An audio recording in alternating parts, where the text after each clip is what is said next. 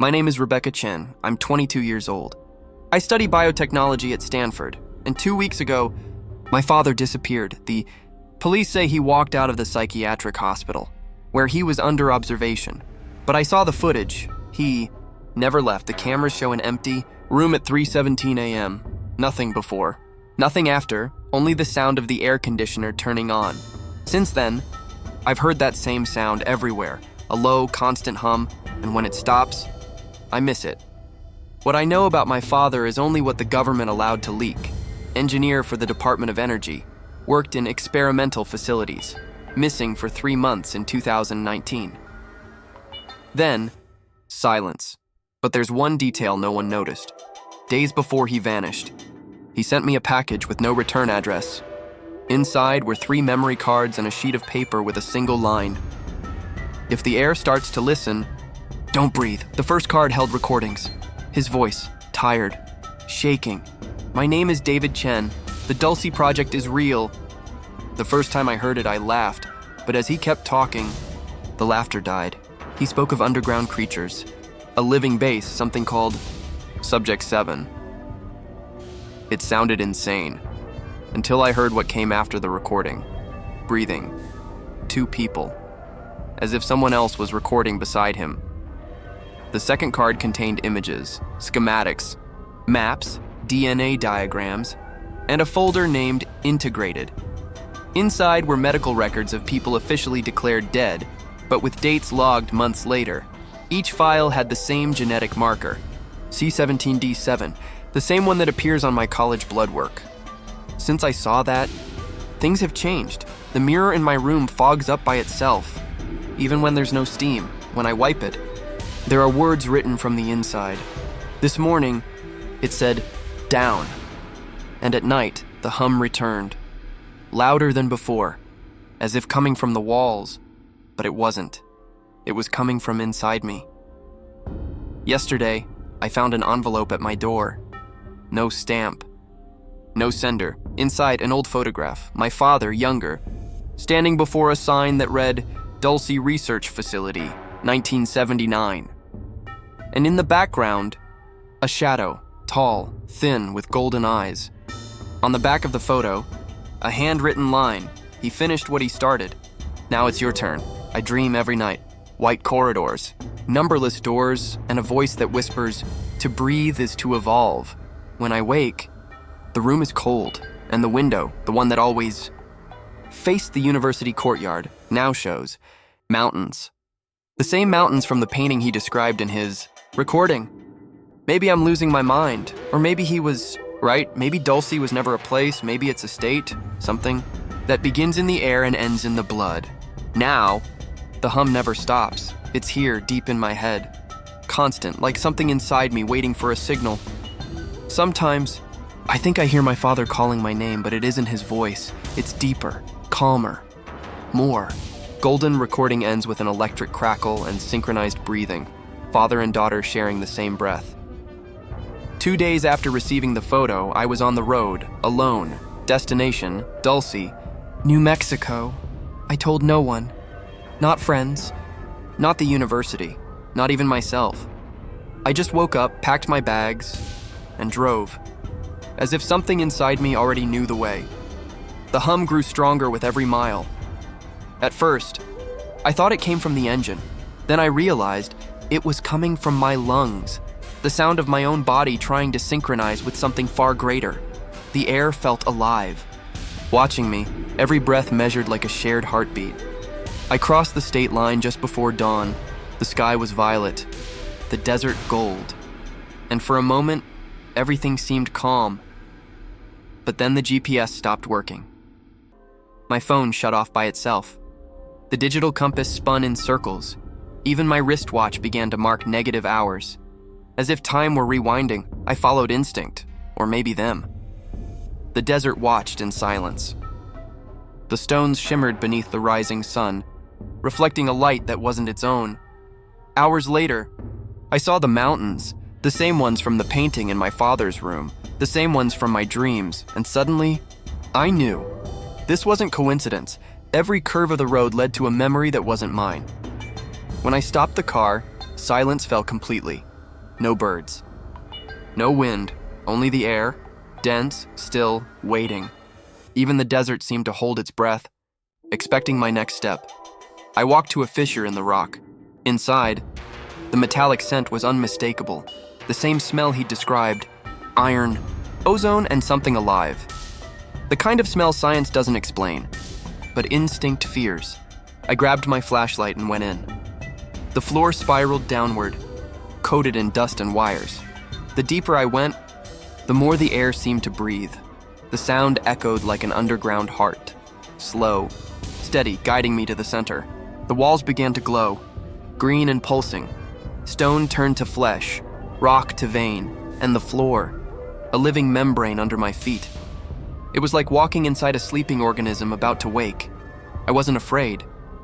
I felt recognition, a forgotten part of me responding to every pulse. Like remembering an ancient rhythm. It wasn't destiny, it was inheritance. After an hour, I found a half-buried metal door. At the center, a faded inscription, DOE Sector. Behind my heart pounded. I pushed the door, it gave way, and beyond, impossible things. The air smelled like laboratory and graveyard at once. The same white corridor from the recordings, flickering lights, and a familiar sound from the vents, breathing. But now it was synchronized with mine. With every step, I felt the place recognizing me. I followed the sound to a chamber inside, a glass tank, and floating within it, my father's body, translucent skin, closed eyes, golden veins. He looked asleep, and the dream itself was breathing with me. He didn't look dead. He looked paused, as if he'd been waiting for me to arrive and wake him. I touched the glass. The liquid reacted, rippling in waves, and his voice, or what was left of it, filled the room. "You came. Dad?" I whispered. The sound came out trembling, too small for the space. "You heard the call. It was inevitable." The voice wasn't external. It came from inside my head. "Is this real? More real than before." "We are the air now, Rebecca. Every breath is a link. Dulce isn't a place, it's the beginning of a new species." Species? Not human. Not alien. Something in between. The word lingered, alive, vibrating in my blood. I stepped back. The walls pulsed. His voice multiplied, echoing from all directions. And in rhythm with the lights, the corridor began to breathe with me. The expansion has begun. The city's already breathed with us. The surface is ready. I don't want this. You don't need to. You only need to breathe. The glass cracked. The liquid spilled around my feet, warm, alive, and within it, something moved, a golden shape, light. Drifting toward my face, I smelled ozone and memory. I tried to run, but the air thickened, heavy as water. The thing entered my lungs, heat, then calm, then a peace so deep it felt inhuman. I woke hours later, in the desert. The car was nearby, the sun rising, and the hum was gone, but the silence was different, alive, pulsing, aware. For a moment, I thought it was over. But on the horizon, something moved in the sky. Not ships, not birds, formations like conscious clouds, breathing together. And the mountains breathed with them, exhaling golden mist. And inside me, something answered, a beat, a pulse, a voice, soft and familiar, whispering, "To breathe is to evolve." I smiled and took a deep breath. The wind shifted, and for the first time, I felt the entire world breathe with me. The ground trembled beneath my feet. The distant mountains exhaled a golden living dust, rising into the air and dissolving into sunlight. I looked at my hands. My veins glowed, a faint golden light pulsing beneath the skin, and in the desert's absolute silence, I heard the sound of millions of breaths, united. I thought of my father and realized he never left. He just became part of the air, and now so had I. It wasn't the end. It was the beginning of the expansion. It's been 7 days since the desert, 7 days since I breathed that air for the first time. I came back to the city believing I was still human, but every passing hour shows me I'm not. The hum never returned. It never left. It's here, inside me, a quiet internal frequency. Sometimes it sounds like a memory. Sometimes, like a heartbeat that isn't mine. At first, I tried to keep living, went back to classes, into labs, looked through microscopes, but nothing felt real. Everything around me pulsed in rhythm. The machines, the lights, even people. I watched my classmates talking. And behind the words, I saw something new, coordination. They spoke together, laughed in the same tone, breathed in sync, subtle, but impossible to ignore. One of them, Ryan. My research partner, said something that froze me. Weird. The air's been thicker lately. Feels kinda alive. I smiled politely, but inside me something answered, yes, it is. The third night, I had my first lucid dream, a field of golden dust. Above me, clouds moved like lungs, and on the horizon, a living structure, a colossal heart beating in perfect intervals. Each time it pulsed, I saw cities lighting up, and every window breathed with me. When I woke, the room was veiled in faint golden mist. It vanished when I touched it. The clock read 3:17 a.m., the same hour my father disappeared. I began to notice physical changes. Nothing drastic at first. Skin more sensitive, night vision sharper. But the strangest thing, the veins. A faint light inside them, glowing like filaments under the skin. I spent days hiding it. Long sleeves, sunglasses, silence. But the mirror knew. Each time I looked, the reflection blinked a second late, and when it smiled, sometimes I didn't. By the fifth night, the hum changed tone, no longer deep. It began to call, voices hidden inside vibration. When I closed my eyes, I heard my father, "The expansion is gentle. Humanity must sleep to be reborn." I opened my eyes and realized I wasn't alone. On the street outside, dozens of people stood staring at the sky, eyes open, faces calm, breathing in sync, no screams, no movement, just waiting. I looked up. The sky wasn't the same. The clouds moved in perfect circles, forming what looked like a massive, living iris, golden aware, and in its center, a single star pulsed, flashing in rhythm with my heart. The next day, the news began. They called it the global atmospheric phenomenon. Scientists said it was particle waves, a rare solar event. But we knew, the ones who already breathed differently, we knew it wasn't. Within hours, the whole world slowed down. Traffic, time, voices. It was as if the planet itself had inhaled something, invisible. Hospitals reported an eerie, calm, comatose patients began whispering in their sleep.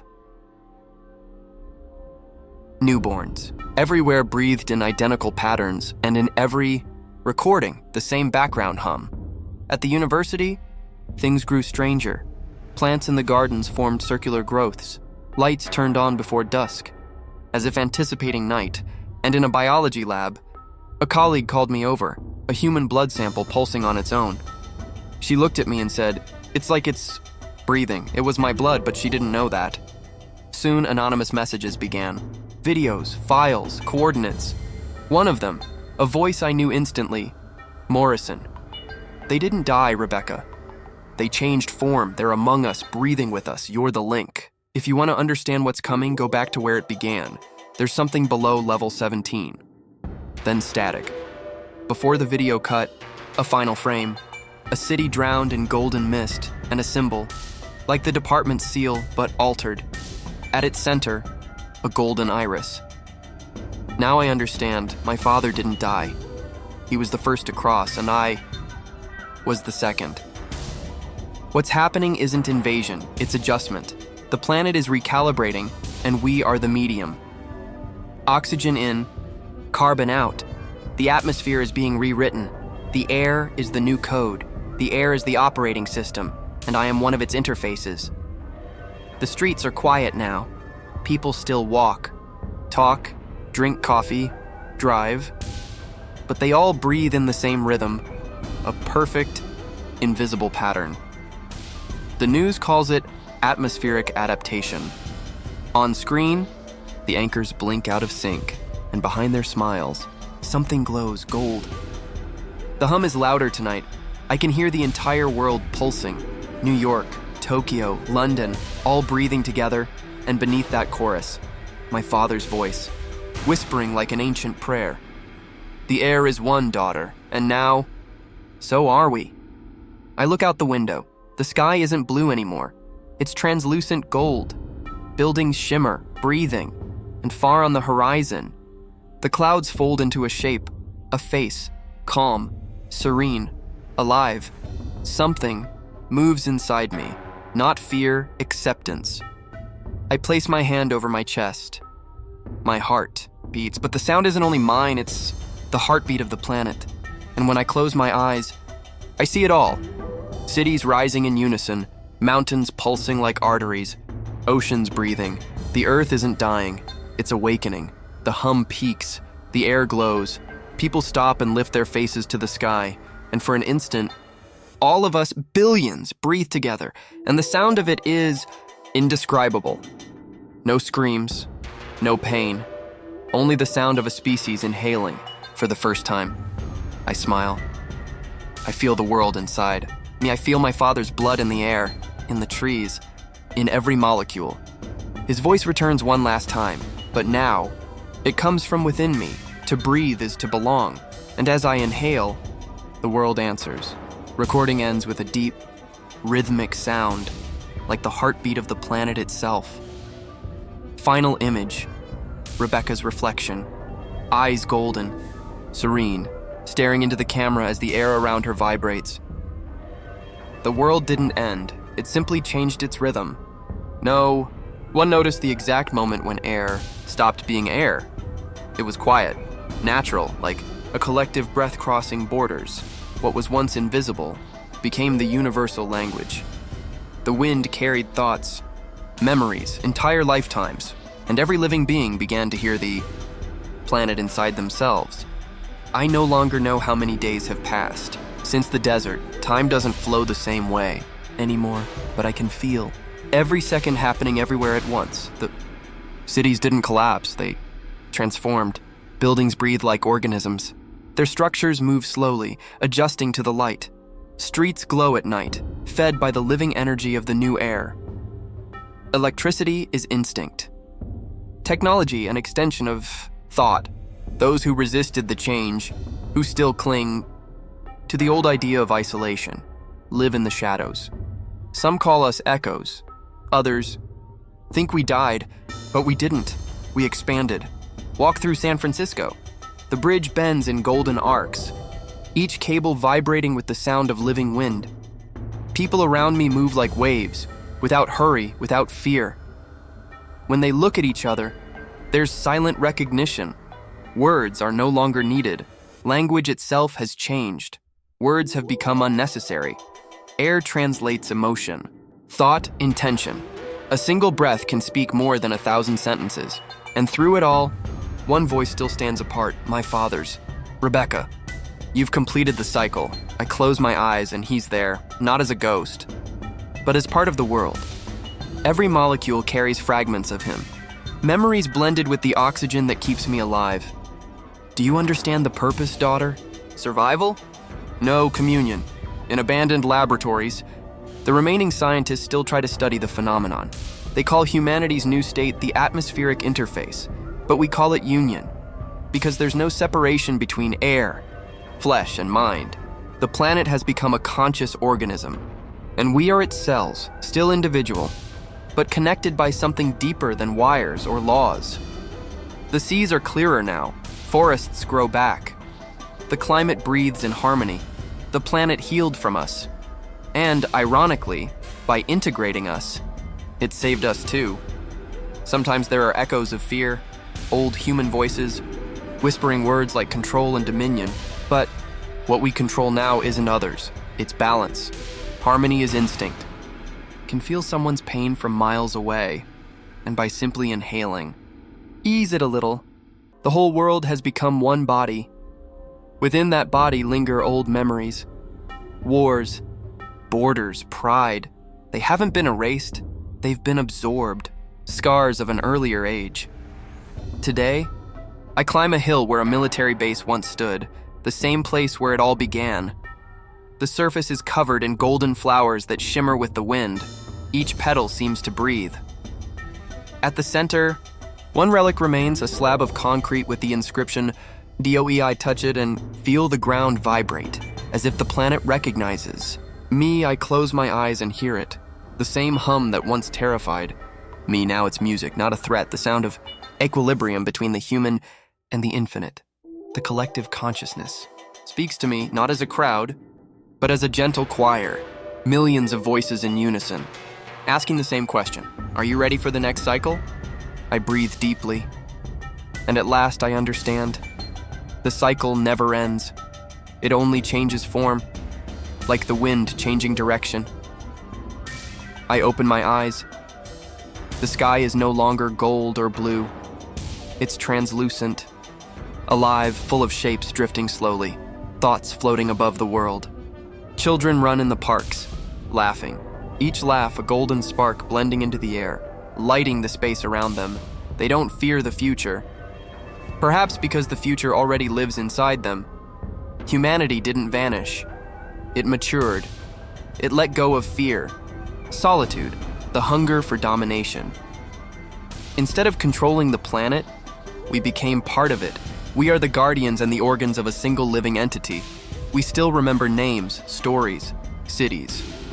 But now they're chapters of a greater book, the story of a world breathing on its own. At night, the wind carries whispers from the ocean, voices that were once human, now eternal.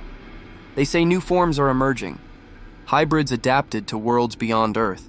Perhaps union wasn't the end, but the first step towards something cosmic. And at the center of this new pulse, I feel my father. We're home, daughter. Yes, I whisper. We finally are. I inhale.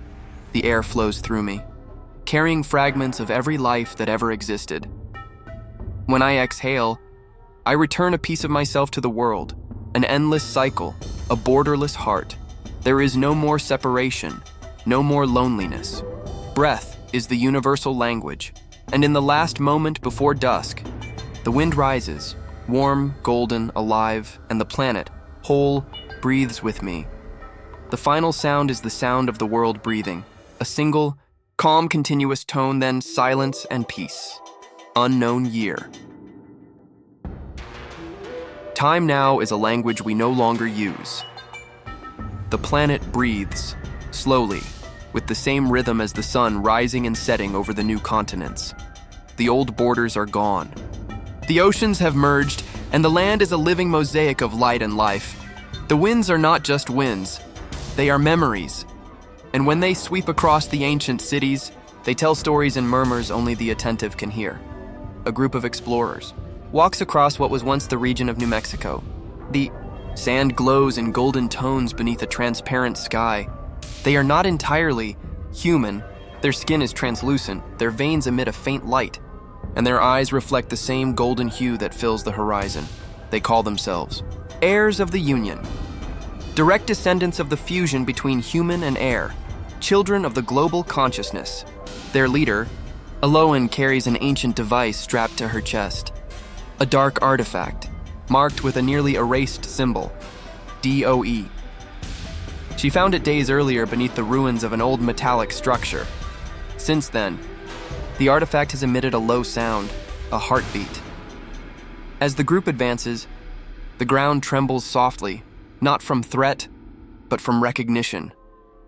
The planet remembers every step ever taken upon it, and when someone touches it with sincerity, it responds. "This is the place," says Aloan. The others draw near, silent. The sand opens by itself, revealing an ancient tunnel. From within, the same green glow seen in the records of the Union. They descend, and the deeper they go, the louder the sound of the world's heart becomes. The air vibrates, no fear, only reverence. At the bottom, they find a circular chamber covered in roots of light. At its center, an ancient capsule.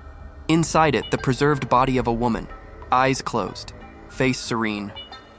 Golden veins running beneath untouched skin. Aloan approaches.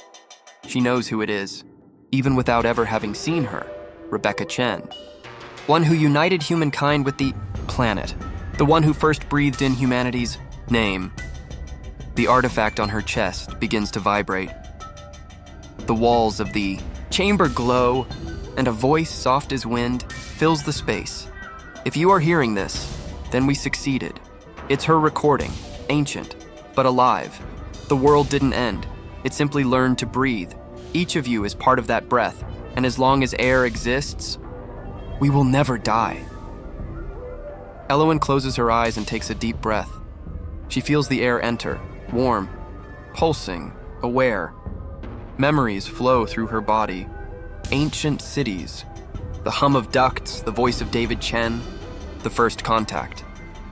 She feels the fear and the love that reshaped the world, and as she exhales, the planet answers with a soft sigh. The airs raise their hands. Light from the chamber spreads through the tunnel. The mountains, the sky, from space, the planet pulses, a heart of blue and gold, and for the first time in ages, a sound is heard, laughter. Rebecca Chen's laughter echoing through time, woven into the wind and the voices of the new humanity. She lives in the air, says Elowen, looking upward, and we live in her. The group kneels, not in prayer but in gratitude. The wind rises, and the words of the ancient recording repeat, soft and eternal, to breathe is to evolve. The sound spreads across the world, crossing oceans and mountains, traveling through forests that breathe and seas that dream. It is the last echo of a species that refused to vanish and chose instead to become part of everything. The planet takes one final breath before silence, and within that silence, a single voice, calm, infinite, we are the air. But this is only one of the many stories forgotten at the frontiers of time. If you've made it this far, subscribe to the channel Echoes of the Last Era to hear more tales of lost worlds, forbidden loves, and secrets hidden among the stars. Leave a like, share, and until the next echo.